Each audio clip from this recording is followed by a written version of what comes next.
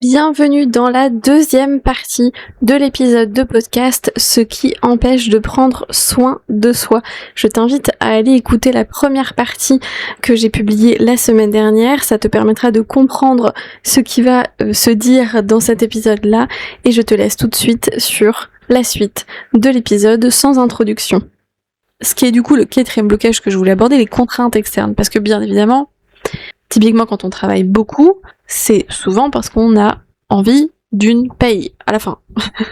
Qu'elle soit raisonnable, modérée ou importante. Et donc là, il y a les contraintes extérieures qui viennent aussi mettre leur grain de sel, puisque on va retrouver des choses, des discours qui vont nous faire dire que je n'ai pas l'argent, je n'ai pas le réseau, ma vie ne le permet pas, mes conditions de vie ne le permettent pas, j'ai des enfants donc je ne peux pas faire ci, je ne peux pas faire ça, etc. Toutes ces contraintes-là, bien évidemment qu'elles sont réelles. Je vais pas vous dire non, c'est pas vrai, vous racontez n'importe quoi. Non, pas du tout. Je vais pas nier ça parce que il faut prendre en compte ça s'appelle le rapport à la réalité. Et si on manque de rapport à la réalité, globalement, tout part en cacahuète, les amis. Donc, il vaut mieux quand même garder toujours un pied, si ce n'est deux, dans la réalité. Moi, j'aime bien dire un pied dans la réalité, un pied quand même dans nos aspirations, dans nos ambitions, dans nos rêves. Parce que quand on voit des gens qui sont trop dans la réalité, mais une réalité qui est même pas vraiment réelle, entre guillemets, bon, sachant que le réel est très subjectif, mais une réalité qui va être assez rigide, qui va être assez pauvre finalement, parce que faite de contraintes successives, mais sans vraiment pétillement, sans joie, sans excitation quelconque, voilà. Donc un pied dans le réel pour avoir les contraintes en tête, pour savoir ce qu'on a besoin de prioriser, ce qu'on peut faire, ce qu'on peut pas faire à un moment T, ok. Un pied dans les aspirations, dans les ambitions, dans les rêves, ok aussi, parce que ça nous permet de nous dire, ok, en fait, de quoi j'avais vraiment envie là, à ce moment-là, qu'est-ce que je peux mettre en place, qu'est-ce que je peux faire tout de suite, même si j'ai pas d'argent, même si j'ai pas de réseau, même si mes conditions de vie sont un peu compliquées et que je peux pas faire tout ce que je voudrais faire comme je voudrais le faire. Mais des fois, on idéalise beaucoup trop l'objectif final. Par exemple, je sais pas, si on reste sur vraiment le prendre soin physique, j'aimerais faire du yoga, du crossfit, de la course à pied, de l'escalade, peu importe, régulièrement. Donc je voudrais en faire, aller peut-être 2, 3, 4 fois par semaine, soyons fous. Si vous êtes à zéro activité physique pour le moment, et que vous vous dites ouais voilà, je m'inscris à un centre et puis je peux y aller 3 fois par semaine, comme ça je sais que je vais progresser vite, super sur le papier, hein. C'est vrai, ça va marcher si vous le faites. Mais le problème c'est que ça risque d'être un peu brutal comme changement. Et là je parle pas physiquement parce que notre corps, oui, il va probablement avoir des courbatures au début, mais il est fait pour ça, il est fait pour être sollicité, il est fait pour être utilisé en fait, hein, tout simplement. Donc ça c'est pas le plus gros souci qui va pouvoir générer à nouveau des blocages, mais c'est plutôt votre état émotionnel, parce que en fitness d'ailleurs on a tendance à dire que il y a un entraînement physique musculaire, mais il y a aussi un entraînement neuronal pour le mental, parce que quand on soulève des charges, ce que j'ai fait il y a de nombreuses années, j'étais une férue de salle de sport et je soulevais de la fonte.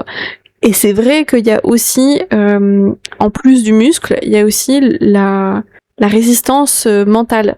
Est-ce que là j'en chie, là j'ai mal aux muscles, j'ai envie d'arrêter, il y a une petite voix qui me dit vas-y arrête, ça sert à rien, pourquoi tu soulèves encore une 12e fois cet haltère de merde? Eh ben c'est pour finir ma série de 12, comme ça je serais contente d'avoir fait 12 séries.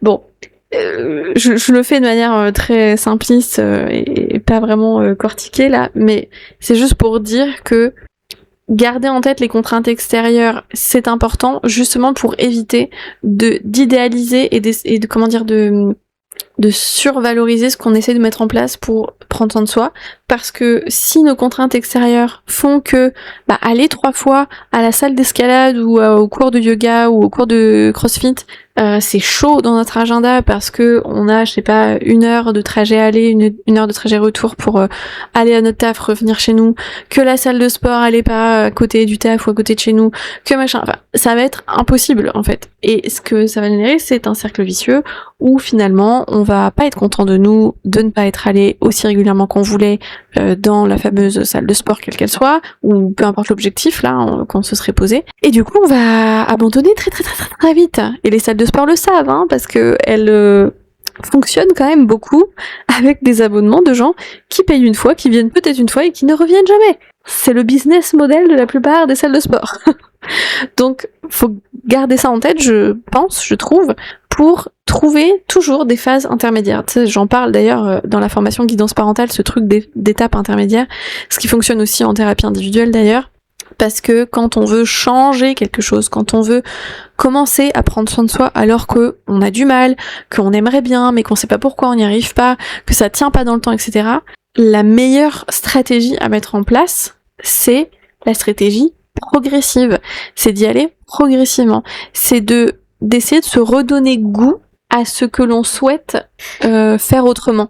Si c'est avoir plus d'activité physique, de se dire ok, là je suis hyper sédentaire, je bouge pas de ma journée, mais à partir de demain, parce que faudrait pas déconner, hein, on va pas le faire le jour J quand même, à partir de demain, ou à partir de la semaine prochaine, on l'a tous fait une fois, au moins une fois.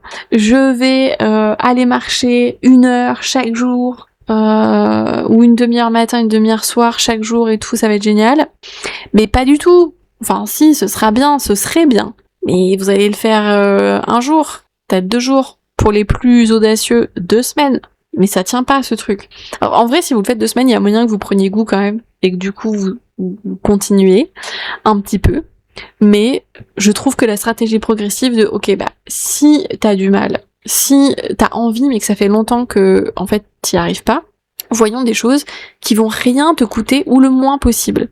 Par exemple, si tu prends ta voiture ou si tu prends le métro, d'ailleurs ça marche aussi, pour aller au travail, eh bien gare-toi un petit peu plus loin que d'habitude de ton travail, descends une station de métro avant la station habituelle et tu fais le reste en marchant. Quand moi c'est un truc que j'avais fait aussi quand j'habitais en Île-de-France et que du coup je prenais pas mal le RER, le métro, tout ça. Quand t'as des escalators et un escalier à côté, prends l'escalier. Ou tu montes l'escalator si t'es en retard, mais tu ne restes pas statique sur l'escalator, tu montes comme si c'était des marches normales. Bah, c'est des exemples bêtes, mais c'est tous ces petits trucs presque anodins qui vont pouvoir faire une différence à la fin de la journée et qui vont nous donner une sensation de satisfaction aussi. Ok, bah j'ai fait un peu plus que hier. Alors l'idée c'est pas de faire à chaque fois plus qu'hier, hein. On peut aussi avoir des plateaux, c'est très bien. Ça permet d'intégrer, ça permet de laisser le temps aussi au psychisme de se dire ok, maintenant on fait ça. Ok, parce que quand ça va trop vite, j'en ai peut-être parlé, j'en ai certainement parlé d'ailleurs dans un autre podcast, la notion de continuité du soi. On a vraiment besoin, c'est un besoin qu'on peut pas contourner, j'ai envie de dire, psychiquement. Le psychisme a besoin d'être sûr qu'il est bien qui il est, qu'il est pas complètement différent d'hier. Et pourtant, on est très différent de quand on avait 10 ans. Bon, sauf si vous avez 10 ans et demi et que vous écoutez ce podcast, mais ce serait un peu bizarre. Mais voilà, on est différent d'il y a de nombreuses années, mais on doit avoir l'impression de ne pas être complètement différent d'hier. Et donc si on change trop de choses trop vite, psychiquement ça va être très difficile pour notre psychisme de suivre le mouvement. Et donc il va avoir ce qu'on appelle la résistance au changement aussi, il va avoir des réactions qui vont faire en sorte que on va revenir au stade d'avant pour être sûr qu'on est bien qui on est, puisqu'on était celui qu'on était hier et pas celui qu'on est aujourd'hui à faire 4 heures de sport dans la même journée. Je tire le trait exprès pour que ce soit plus facile pour l'exemple. Je pense à un autre exemple, la méditation, parce que c'est souvent un truc que j'entends, que ce soit au niveau pro dans mes consultations ou chez mes supervisés aussi, parfois on en parle, ou même en dehors du pro, enfin côté perso, le truc de la méditation, ça aurait un intérêt que si tu en fais 30 minutes par jour minimum, ou allez 20 minutes si on est gentil minimum par jour. Je suis pas d'accord parce que si t'en fais jamais, si tu ne médites jamais et que tu te dis ok, routine méditation, petit bambou activé, enfin il y a pas de placement de produit, hein, j'ai pas de commission, mais peu importe, n'importe quelle application de méditation, une vidéo YouTube de méditation, mes méditations tarologiques d'ailleurs aussi en font partie parce qu'elles font 20 minutes environ, même si je considère pas que les méditations tarologiques que je propose c'est des méditations au sens vraiment méditation dans le vide, etc. Ça te met en état méditatif, mais t'es quand même beaucoup plus actif que dans la plupart des méditations qu'on peut proposer. Donc ça reste un peu différent, c'est à mi-chemin entre méditation et travail sur soi, autonome. Donc bref, je referme la parenthèse. Mais pour cet exemple de méditation, si tu te dis, voilà, à partir de demain, je fais 20 minutes de méditation tous les jours, et que t'en as jamais fait, ah bah tu vas galérer, hein, je te souhaite bon courage, parce que, alors sauf si vraiment tu te révèles une passion pour la méditation, et tant mieux, parce que c'est cool, effectivement, de faire 20 à 30 minutes de méditation par jour, c'est trop bien, je l'ai fait à un moment de ma vie, très honnêtement je ne le fais plus aujourd'hui, des fois j'aimerais bien le refaire, mais en fait même 5-10 minutes, quand je m'y remets, parce que mon cerveau a pas complètement oublié les connexions neuronales qu'il a utilisées quand on est en état méditatif, donc ça va plus vite que quand tu démarres complètement, parce que faut le voir comme une compétence en fait, hein, c'est un vrai état de conscience différent. Tu restes conscient, hein, bien évidemment, mais on appelle ça quand même un état modifié de conscience. Et en fait, je me rends compte que voilà, 5-10 minutes, ça suffit, et je les fais pas toujours les 5-10 minutes, même si je sais que ça me fait du bien, mais je n'en ai pas forcément toujours besoin. Donc ça aussi, c'est un truc, des fois, on se bloque à prendre soin de soi parce qu'on se dit, pour que je prenne soin de soi, il faudrait que je fasse ci, ça. Parce qu'on se dit, c'est ça qu'il faut faire. Bah, pas toujours. En fait, il vaut mieux essayer de suivre, et c'est pas toujours évident, mais il faut mieux essayer de suivre ce qu'on sent actif là, tout de suite, dans l'instant présent. Et des fois, ça va être juste faire 3 minutes de cohérence cardiaque, qui ressemble un peu à de la méditation, hein, en fin de compte. Enfin, pas totalement. Les puristes me diraient, mais qu'est-ce que tu racontes? Mais je trouve que quand on fait 3 minutes de cohérence cardiaque sans rien faire d'autre que ça pendant qu'on fait la cohérence cardiaque, ça se rapproche quand même un petit peu d'un état méditatif qu'on peut vivre quand on fait une méditation où il n'y a pas forcément de cohérence cardiaque. Après, ça peut être aussi, moi en ce moment, typiquement, ce que j'adore faire, c'est me mettre un livre audio et crocheter en même temps mes petits habits, mes petits trucs. Et ça me fait un bien fou. Et des fois même, je me surprends à être un peu dans un état méditatif où j'entends plus rien autour, je suis dans ma bulle. La psychologie positive a appelé ça l'état de flow. Vous pouvez aller voir si vous voulez plus d'infos là-dessus, parce que là je vais pas forcément en parler, mais c'est un état qui est super intéressant à essayer d'aller chercher pour justement avoir des moments de ressourcement. Donc c'est du prendre soin de soi, même si on n'est pas en train de se foutre de la crème sur le visage, on n'est pas en train de faire des pompes pour faire notre fitness. On peut être en état de flow en faisant des pompes, hein, ceci dit. Mais j'ai rarement vu quelqu'un en état de flow quand il se mettait de la crème sur le visage, c'est quand même assez particulier. Voilà, l'état de flow demande un certain niveau intellectuel quand même, et un certain niveau de challenge. Donc se mettre de la crème sur le visage, en général c'est pas très challengeant, on sait comment faire. Il n'y a pas de compétences à acquérir à ce moment-là. Mais ça peut être aussi être en état de flow parce que on teste un maquillage un peu sophistiqué, et là on peut être en état de flow. Ça, c'est possible. Je vous laisse sur ce podcast avec ce truc d'état de flow que vous pouvez aller voir de votre côté. Si vous avez envie un jour que je parle plus de ce truc d'état de flow sur le podcast, ma foi, dites-le moi en commentaire. Sinon, je considère que vous pouvez aller regarder par vous-même. Et si je devais résumer cet épisode, en fait, si je devais résumer ce que je voulais vraiment transmettre aujourd'hui à travers cet épisode, c'est le fait que prendre soin de soi ne commence pas toujours par une action. Parce qu'on se dit souvent qu'il faut faire quelque chose.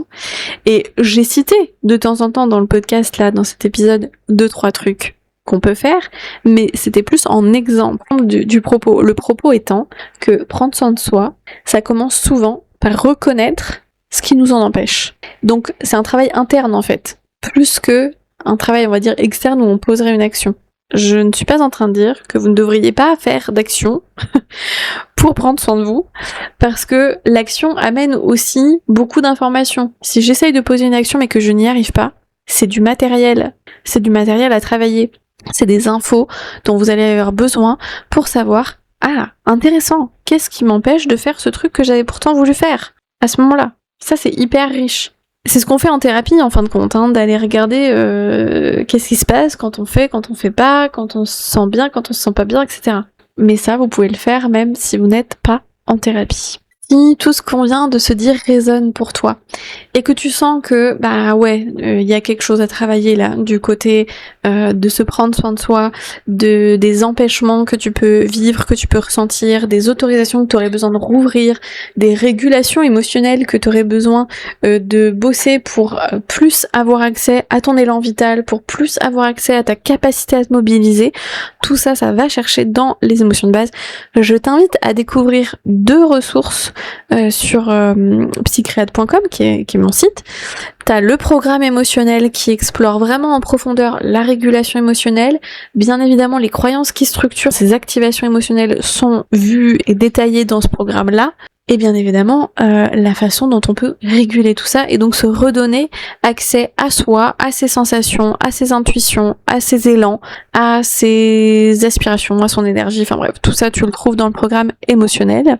Et la deuxième ressource auquel je pense, même si elle peut paraître un peu bizarre dans ce thème-là, et pourtant elle est totalement en lien avec ce thème du prendre soin de soi, c'est si tu es dans une situation où tu n'as pas encore réussi à dire au revoir à quelque chose ou à quelqu'un. Donc ça peut être un décès d'un être cher, ça peut être une rupture amoureuse, ça peut être un changement de situation, un déménagement, un changement de travail, voilà, peu importe, ou tout changement de relation sociale aussi, parce que finalement dire au revoir c'est aussi une façon de prendre soin de soi, c'est se redonner sa place en premier, enfin en tout cas du moins temporairement. Pour dire au revoir, il faut se mettre au centre de nos besoins psychologiques qui sont là de dire au revoir. Dire au revoir, ça ne veut pas dire oublier. Dire au revoir, ça veut simplement se retrouver et honorer ce qui a été perdu. Et pour tout ça, le programme PERT, il est là pour t'accompagner dans ce cheminement. T'as une vidéo pédagogique où tu comprends un petit peu les rouages du travail du deuil qui est encore une fois beaucoup plus large que juste quand on perd un être cher, même si bien évidemment il s'applique dans ces cas-là. Et surtout, le plus gros intérêt du programme PERT, c'est la vidéo guide de méditation, de visualisation guidée de 30 minutes, où tu as le protocole entier que tu peux faire et refaire et refaire avec la vidéo ou sans la vidéo après, parce que tu pourras le refaire en autonomie, pour savoir comment dire au revoir de la plus juste des façons. Sur ce, je te dis à très vite pour un prochain épisode de podcast, ici, ou sur les réseaux d'ailleurs, et bien sûr, prends soin de toi.